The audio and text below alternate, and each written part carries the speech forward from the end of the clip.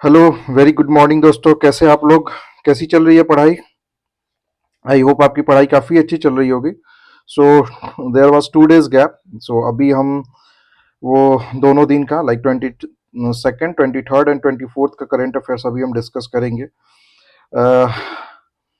मैं ये भी उम्मीद करता हूँ कि अभी जो आने वाले एग्ज़ाम्स है like BPSC AEDO, at the same time जो बिहार एसएससी सीजीएल है, और दूसरी जो एग्ज़ाम है वो यूपीपीसीएस हो या फिर बिहार एसआई दरोगा हो, तो ये सभी चीज़ों का प्रिपरेशन अभी काफ़ी अच्छा चल रहा होगा। करंट अफेयर्स का I took the responsibility, like each and everything will be covered here, and I am very much sure कि जो भी मैं पढ़ा रहा हूँ उसी से करंट अफेयर्स आएगा। एंड रेस्ट एश्योर्ड, बाकी आप सभी को रिवीजन करते जाइए। Definitely it is going to be rocking. Okay, so let's start. Welcome you all to the VS Academy. Today is 24th October, and now we are going to discuss whatever the topics that were in the news. Okay, ठीक है। हमारा जो previous year question का जो trend है उसको हम आगे कंटिन्यू करेंगे, एंड दैट विल बी सबसे पहला डूरंड लाइन, जो लास्ट जो वीडियो में हमने डिस्कस किया था, ये कौन से दो देश के बीच में एक डिमार्केशन लाइन है, कौन सा बाउंड्री है, किस देश, दो देश के बीच में, अफगानिस्तान ईरान के बीच में, अफगानिस्तान पाकिस्तान के बीच में, इंडिया पाकिस्तान, या फिर इंडिया चाइना के बीच में। ठीक है, तो चलिए थोड़ा डिटेल में डिस्कस करते हैं। सबसे पहले डूरंड लाइन, इसका आंसर देख लेते हैं। ये पाकिस्तान और अफगानिस्तान के बीच में ये लाइन है, बाउंड्री लाइन है। उसके अलावा भी बहुत सारे लाइन्स है जो कि काफी एग्जाम्स में आते ही आते हैं। ओके, जैसे कि 38th पैरेलल लाइन, जो कि साउथ कोरिया और नॉर्थ कोरिया के बीच में है, ये बहुत बार एग्जाम में एग्जैक्टली सेम पूछा गया है। ठीक है। 49th parallel line US and Canada के बीच में है, ये याद रखें आप, 49th पैरेलल लाइन। ओके, वही हिंडरबर्ग लाइन देखें तो पोलैंड एंड जर्मनी के बीच में, McMahon we know that China और इंडिया के बीच में। मैगिनॉट लाइन जो है that is between Germany and France के बीच में, एग्जाम्स में आया हुआ है। ओके, मैनरहेम लाइन जो है रसिया और फिनलैंड के बीच में, एग्जाम्स में नहीं आया हुआ है लेकिन चांसेस है एग्जाम में आने का। ओके, ऑर्डर नीसे लाइन, ये पोलैंड और जर्मनी के बीच में, वो इतना इंपॉर्टेंट नहीं है। रेड क्लिफ लाइन काफी बार आया हुआ है, इंडिया एंड पाकिस्तान के बीच में। सिगफ्रीड लाइन जो है that is France and Germany के बीच में, फ्रांस एंड जर्मनी के बीच में। मैरीगॉट लाइन जो कि एग्जाम्स में काफी बार आया हुआ है, another is the Siegfried line. ठीक है। ब्लू लाइन जो है ये है लेबनान और इसराइल के बीच में, अभी काफी ये टॉपिक में था तो आने के चांसेस है इसके। Another is green, green line बोल सकते हैं, या अटीला लाइन, या फिर यूएन बफर, जो कि रिपब्लिक ऑफ साइप्रस और तुर्किश साइप्रस के बीच में है। ठीक है, ये उतना इंपॉर्टेंट नहीं है। So what are the important here? The important is Maginot. Okay, जो भी इंडिया और पाकिस्तान और इंडिया चाइना के बीच में है that is very much important, और ये दोनों तो मोस्ट इंपॉर्टेंट है, 38th parallel line and 49th parallel line. Okay, coming to the current affairs, world fisheries day मनाया गया है। कब मनाया गया है? 21 नवंबर को मनाया गया, और इस बार का इंडिया ने इसका थीम क्या रखा था? India's blue transformation strengthening value addition in sea food export. मतलब इसमें यह है कि हमारा जो ऑब्जेक्टिव रहेगा वो एक्सपोर्ट को बढ़ावा देने में रहेगा। ठीक है, इंडिया का जितना भी सी फूड है उसको एक्सपोर्ट करना है और उसका प्रोडक्शन हाई करना है। ठीक है, यही देखा जाए तो ये जो वर्ल्ड फिशरीज डे है दैट इज किसके द्वारा मनाया गया, किसने इनिशिएटिव स्टार्ट किया था? फूड एग्रीकल्चर ऑर्गेनाइजेशन, जो कि यूएन बॉडी है। ओके, अगर इंडिया की बात किया जाए फिशरीज में, it is the second largest aqua producer है, एक्वा कल्चर प्रोड्यूसर। ठीक है, और गवर्नमेंट की कुछ स्कीम्स है लाइक पीएम प्रधानमंत्री संपदा योजना, इसमें जो भी पोस्ट लाइक एक बार मछली पकड़ा पालन हो जाता है उसके बाद उसके क्या क्या फैसिलिटी है वो चीज दिया जाता है, जैसे कि ट्रांसपोर्टेशन, अनदर इज लॉजिस्टिक, जो भी है cold storage is the another one. ठीक है, ये सभी चीजों का दिया जाता है, मार्केट मार्केट प्रोवाइड करना और उसमें बेटर प्राइस देना, ये सभी चीजें गवर्नमेंट एश्योर्ड करती है through this PM Sampada Yojana. Okay, coming to the next, हमारा शौचालय हमारा भविष्य, ये एक इनिशिएटिव लॉन्च, कैंपेन लॉन्च किया गया है, किसके द्वारा? गवर्नमेंट ऑफ इंडिया के द्वारा। देखेंगे कौन सा मिनिस्ट्री, कौन सा डिपार्टमेंट। सबसे पहले ये देख लेते हैं, वर्ल्ड टॉयलेट डे मनाया गया है कब? 19 नवंबर को। 19 नवंबर को क्या मनाया गया? World toilet day. अभी हमने देखा वर्ल्ड फिशरीज डे मनाया गया था जो कि 21 नवंबर को था। अभी ये वर्ल्ड टॉयलेट डे है जो कि 19 नवंबर को मनाया जा रहा है। ये किसके द्वारा मनाया गया? ये मिनिस्ट्री ऑफ जल शक्ति जो मनाया है गवर्नमेंट ऑफ इंडिया की, उसके द्वारा मनाया गया है और ये नेशन वाइड कैंपेन था, पूरे देश में मनाया गया।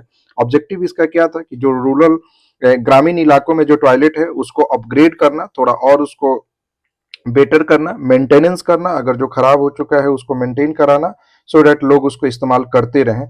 और जो कम्युनिटी लेड सैनिटेशन होता है, जैसे कि एक इलाके का एक जो पब्लिक टॉयलेट होता है उसको भी अपग्रेड या फिर मेंटेनेंस करना। ओके, ठीक है। कमिंग टू द नेक्स्ट, ये मोस्ट इंपॉर्टेंट है, most important, most important and most important. ठीक है, ये सुप्रीम कोर्ट का डिक्लेरेशन है, एग्जाम्स में काफी बार आया हुआ है और आने के चांसेस है। And those who are preparing for the mains, either it is UPSC, BPSC, UPPSS or whatever the state PCS means is there, this is very much important for you, even for the prelim also.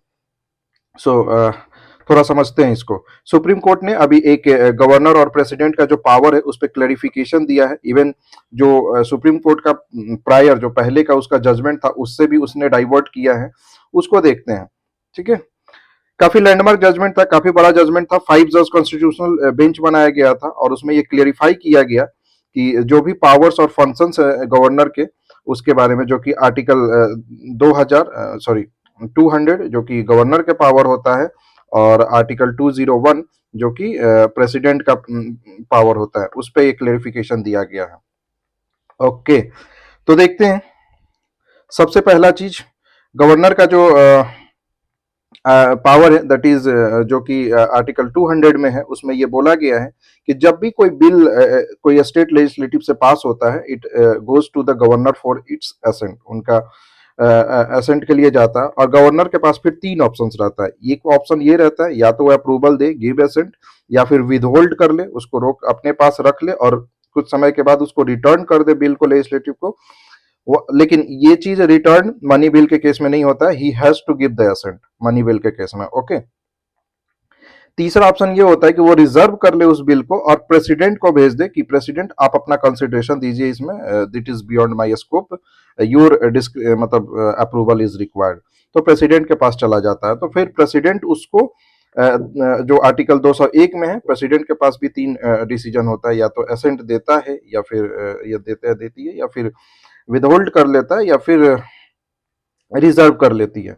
तो इसी मतलब बहुत सारे state का ये कहना था कि जब कोई भी बिल जाता है गवर्नर या फिर प्रेसिडेंट के पास, तो गवर्नर स्पेशली उन स्टेट्स में जहां पे सेंटर जो पार्टी रूल करती है वहां पे उनका रूलिंग नहीं रहता है, सॉरी, वहां पे वो क्लियरली गवर्नर से हैंडल नहीं कर पाते हैं और कोई भी जो उनका इनिशिएटिव या स्कीम्स रहता है या फिर बिल रहता है वो ऑन टाइमली पास नहीं हो पाता है। ठीक है, तो उस केस में उन्होंने सुप्रीम कोर्ट का दरवाजा खटखटाया था और सुप्रीम कोर्ट ने बोला कि देखिए भाई, सुप्रीम कोर्ट ने गवर्नर को बोला कि आप कोई इनफाइनाइट डिले नहीं कर सकते। इनफाइनाइट डिले मतलब ले जाके रख लेना और उस पर कुछ भी एक्ट नहीं करना, आपको करना तो पड़ेगा। ठीक है, अदरवाइज इनफाइनाइट डिले करते हैं तो वो अनकॉन्स्टिट्यूशनल हो जाएगा। ठीक है, या फिर नल एंड वॉइड हो जाएगा, आपको उसका जवाब देना पड़ेगा। Okay, second is no deemed assent. जैसे पहले सुप्रीम कोर्ट का ये एक पुराना रूलिंग है जिसने बोला, सुप्रीम कोर्ट ने ये कहा था कि अगर आप एक टाइम लाइन के बियॉन्ड आप जजमेंट या फिर एसेंट नहीं देते हैं तो बिल को ऑटोमेटिकली पास्ड माना जाएगा। ठीक है, अभी सुप्रीम कोर्ट ने उसको स्ट्रक डाउन कर दिया और बोला कौन नो, ऐसा नहीं माना जाएगा। ठीक है, उनका मतलब अप्रूवल चाहिए, ऑटोमेटिकली पास तो नहीं होगा। इवन जो कॉन्स्टिट्यूशन का आर्टिकल 142 है जिसमें सुप्रीम कोर्ट के पास एक्स्ट्रा ऑर्डिनरी पावर होता है, उसका भी इस्तेमाल नहीं किया जाएगा। वो एक प्रोसेस जो ऑलरेडी कॉन्स्टिट्यूशन में लिखा हुआ, उसी प्रोसेस के अकॉर्डिंग ही मतलब सुप्रीम कोर्ट या फिर प्रेसिडेंट का एसेंट लिया जाएगा। दूसरा, गवर्नर के पास जो डिस्क्रिशनरी पावर है वो रहेगा बट लिमिटेड रहेगा। ओके, ये लिमिटेड कितना रहेगा ये सुप्रीम कोर्ट डिसाइड करेगा। ओके, उसके बाद नो जुडिशियल टाइमलाइन, मतलब कोर्ट ना किसी भी गवर्नर को ये नहीं बोल सकता है कि आप 20 दिन में, आप 2 महीने में किसी बिल को अप्रूवल दो। ठीक है, ये कभी नहीं मतलब बोल सकता है। बोला कुछ जो प्रोसेस है उसी प्रोसेस के अकॉर्डिंग चलेंगे। Okay, coming to the next, president power के केस में वही हुआ है। प्रेसिडेंट पावर के केस में क्या हुआ है कि उनका जो डिसीजन है, हिज और हर जो डिसीजन है उनका जस्टिएबल नहीं रहेगा। मतलब उसको जो डिसीजन, सपोज कि उन्होंने कुछ डिसीजन ले लिया और उसको जस्टिस क्यों ऐसे लिया, तो ये कोर्ट में नहीं जा सकता। दैट इज हर और हिज डिस्क्रिशन, वो जो डिसीजन लेना चाहे ले सकती है। दूसरा, कोर्ट कोई भी इम्पोज, जैसे गवर्नर पे कोई टाइमलाइन इम्पोज नहीं कर सकता कि आप 2 महीने में बिल को असेंट दो, 5 दिन में दो, वैसा यहाँ भी नहीं दे सकते हैं, मतलब सुप्रीम कोर्ट नहीं देगी। ओके, सेकंड इज दैट कि जब ये होगा काफी दिनों तक जब कोई एक्ट नहीं होगा तो उस पे भी रिव्यू करेगी सुप्रीम कोर्ट, रिव्यू करेगी हाँ क्यों नहीं हो रहा है। ये नहीं करेगी कि हाँ ये इसका मतलब ये बिल काफी इंपॉर्टेंट है आपको देना ही होगा, उसका मेरिट डिसाइड नहीं करेगी, उसका इनएक्शन नहीं हो रहा है तो बस सुप्रीम कोर्ट से ये मतलब प्रेसिडेंट से ये पूछा जाएगा कि क्यों नहीं आप रिव्यू कर रही है। ओके, दूसरा जो कि कॉन्स्टिट्यूशन में भी लिखा हुआ है कि जब कोई लॉ बन जाता है, गवर्नर या प्रेसिडेंट का जब एसेंट आ जाता है तब वो एक्ट बन जाता है, और एक्ट बनने के बाद सुप्रीम कोर्ट में उस एक्ट का वैलिडिटी हम लोग चैलेंज करते हैं। तो सुप्रीम कोर्ट का यही कहना है कि हम एक्ट का वैलिडिटी चेक करेंगे, बिल का वैलिडिटी नहीं चेक करेंगे।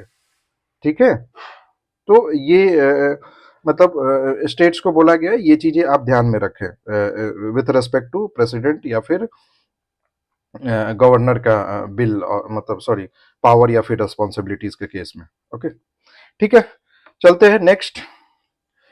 Regional open digital health summit जो कि कहाँ हुआ है, ये न्यू दिल्ली में हुआ है, गवर्नमेंट ऑफ इंडिया द्वारा होस्ट किया गया है, और इसमें डब्ल्यूएचओ का साउथ ईस्ट रीजन का जो ऑफिस है वो और यूनिसेफ ये दोनों मिलकर इसको इंडिया के साथ होस्ट किया है। वही अगर देखा जाए तो इसमें ऑब्जेक्टिव क्या है कि जो पीपल सेंट्रिक या फिर जो जन कल्याण के लिए जो हेल्थ केयर है उसको डिजिटलाइजेशन की ओर मतलब आगे बढ़ाना, एआई का इस्तेमाल करना और अलग अलग डिजिटल मीडियम का इस्तेमाल करना, सो डैट कि जो हेल्थ का जो एक्सेस है लोगों तक वो काफ़ी अच्छे से पहुंच पाए। ओके, और सो डैट कि हम लोग जो एसटीजी है 2030 का जो सस्टेनेबल गोल जो है वो सस्टेनेबल डेवलपमेंट गोल उसको अचीव कर पाए। Okay, this is very much important related to economics index of 8 core industries. ये एक इंडेक्स होता है जो कि मंथली आता है। अभी सबसे पहले देख लेते हैं मैंने ये टॉपिक क्यों रखा है। ये टॉपिक इसलिए रखा है क्योंकि ये न्यूज में था।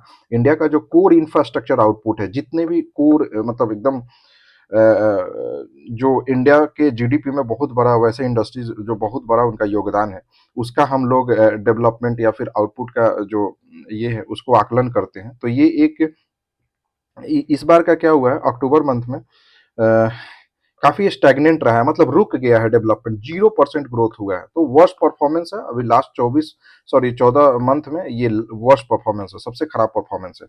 ठीक है, ये एग्जाम्स में काफी बार आया हुआ है कि कौन कौन सा सेक्टर है जो कि 8 कोर इंडस्ट्रीज में आते हैं, जैसे कि कोल हो गया, क्रूड ऑयल हो गया, natural gas, refineries, fertiliser, steel, cement, electricity. Okay, ये सभी चीजें, और ये सभी का वेटेज आता है, लाइक वेटेज के अनुसार इसको आपको अरेंज करना है कि सबसे ज्यादा वेटेज किसका है। तो जैसे देख सकते हैं यहाँ पे रिफाइनरी प्रोडक्ट का सबसे ज्यादा वेटेज है। अगर वही सबसे कम की बात किया जाए तो यहाँ फर्टिलाइजर है 2.63।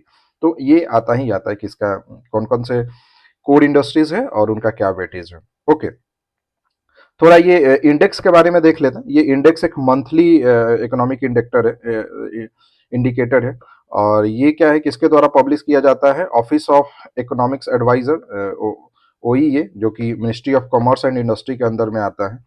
और वही इसकी बात किया जाए कि किस बेसिस पे आकलन करता है, 2000 इनका बेस ईयर है, 2011 से 12। Okay, coming to the next, global sorry geological survey of India, GSI. अभी इसलिए ये न्यूज में है क्योंकि इनका 175th year of establishment celebrate किया जा रहा है। और अगर देखा जाए तो इनका रोल क्या है, इनका रोल है नेशनल जियो साइंटिफिक ऑर्गेनाइजेशन है, जिन जो जियोलॉजिकल सर्वेस करती है, मिनरल एक्सप्लोरेशन करती है, या फिर जो भी नेशनल जियो साइंस से रिलेटेड डाटा बेस है, सॉरी, उसको बनाती है, ये डाटाबेस को मेंटेन करती है। ओके, अगर हिस्ट्री की बात किया जाए जीएसआई का, तो 1851 में इसका एस्टैब्लिशमेंट हुआ था, और इसका उस समय जब एस्टैब्लिशमेंट हुआ था तो किस बेसिस, मतलब किस लिए, क्या ऑब्जेक्टिव था, क्या पर्पस था इसका एस्टैब्लिशमेंट का, तो वो पर्पस ये था कि उस समय इंडियन रेलवे का जो ब्रिटिश के टाइम पे इंडियन रेलवे का एक्सपेंशन हो रहा था। तो एक्सपेंशन, हम लोग जानते हैं इंडियन रेलवे जो बना था that is not for the people of India, that was for the sake of benefit of British people, या फिर ब्रिटिश ब्रिटिश इंडस्ट्रियलिस्ट जो यहाँ रहते थे। मेनली यहाँ से रॉ मटेरियल उठाना था और उसको यूरोप में भेजना था या फिर ब्रिटेन में भेजना था।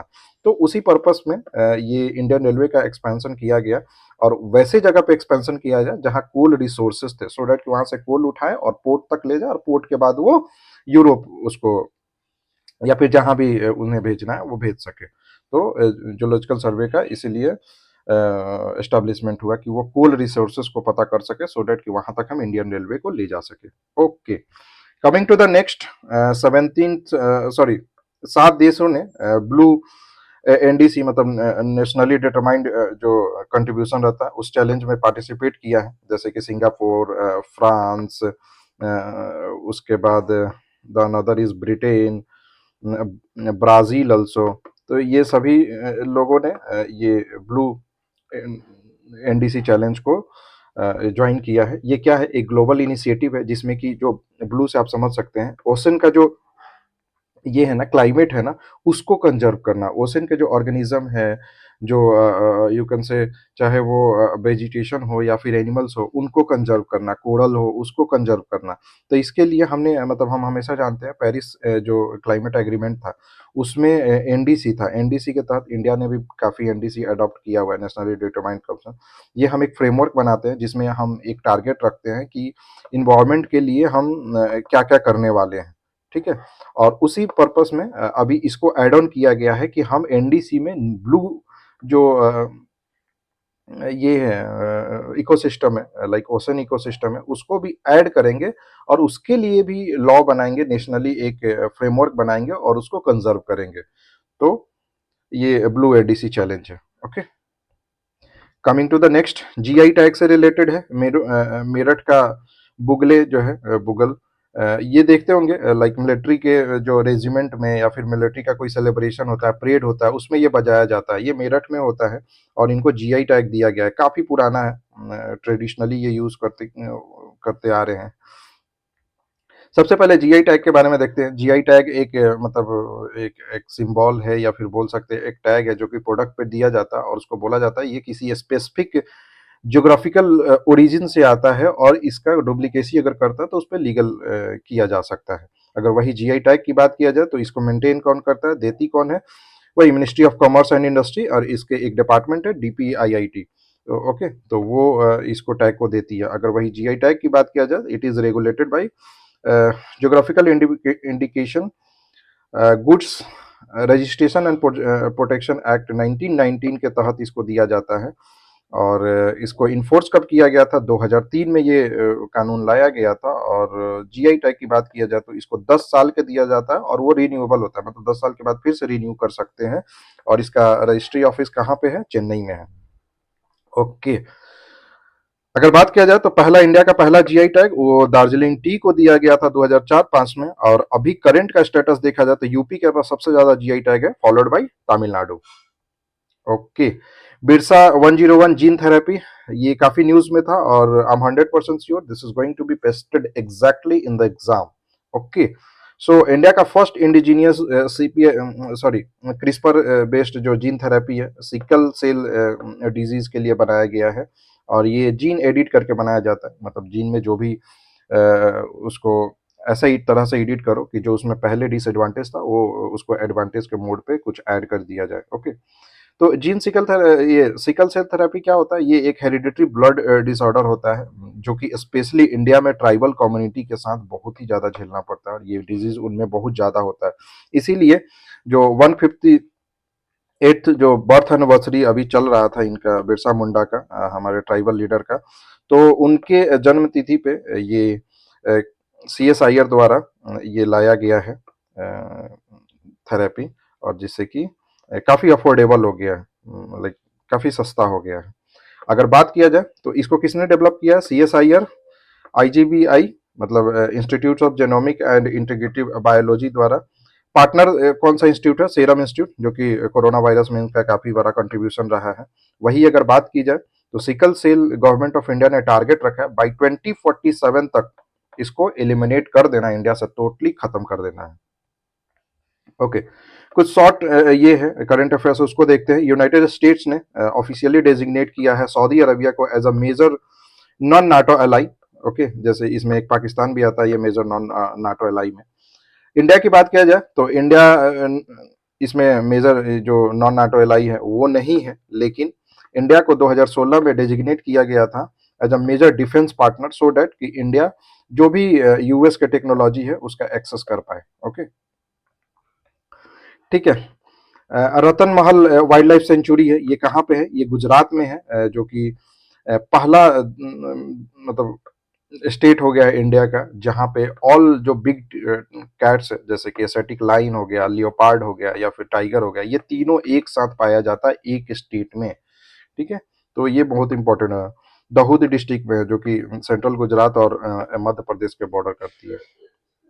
वही अगर बात किया जाए तो कोस्टल सिक्योरिटी जो एक्सरसाइज है सागर कवच, ये अभी हुआ है कहाँ पे? इंडियन कोस्ट गार्ड ने इसको ऑर्गेनाइज किया है तमिलनाडु के कुद्दालोर या फिर विल्लुपुरम में ये एक्सरसाइज कंडक्ट किया गया। अगर एक्सरसाइज की बात किया जाए तो ये बाइनएनुअल है, मतलब ट्वाइस अ ईयर एक्सरसाइज होता है, साल में 2 बार होता है ये exercise. Okay, next, seventh Colombo security conclave CSC का एनएसए मीट हुआ है कहाँ पे? इंडिया ने होस्ट किया इसको न्यू दिल्ली में। अगर इसका आउटकम देखा जाए, मोस्ट इंपॉर्टेंट, सिसली जो है इसको ज्वाइन किया है CSC का 5th मेंबर। ओके, इससे पहले लाइक अगर देखा जाए तो CSC का ओरिजिन 2011 में हुआ था, और पहले ये था क्या था, इंडिया, श्रीलंका और मालदीव्स का एक ग्रुपिंग था, ट्राइलेटरल ग्रुपिंग था, जो कि मैरीटाइम और जितने चैलेंजेस थे उसको डिस्कस करते थे ये लोग। अभी 2022 में मॉरिशस ने ज्वाइन किया और 2024 में बांग्लादेश ने ज्वाइन किया। ओके, ओके, अभी ये क्या करते हैं, जितने भी इंडियन ओशन रीजन में चैलेंजेस है उसको डिस्कस करते हैं एंड बाई टुगेदर उसको सॉल्व करने का कोशिश करते हैं। ओके, ठीक है, thank you so much. I hope आज का जो करंट अफेयर्स था that was very much important, and I wish आपका डे काफी ग्रेट हो एंड आपकी स्टडी काफी अच्छे से चलेगी। Okay, so keep learning, keep motivated and keep reading as well. Okay, so like it, share it and subscribe it as well. So thank you and have a good day.